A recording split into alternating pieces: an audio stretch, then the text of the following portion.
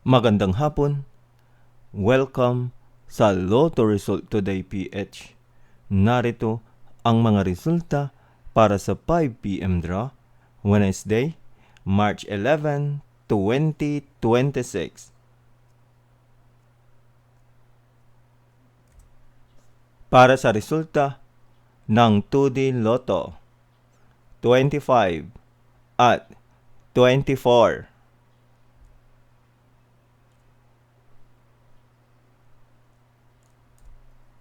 Heto naman ang resulta kaninang 2 p.m. draw.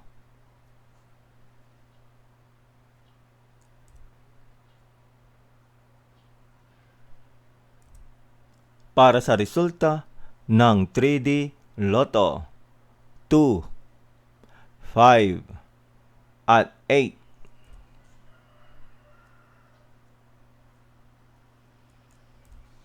Heto naman ang resulta kaninang 2 p.m. draw.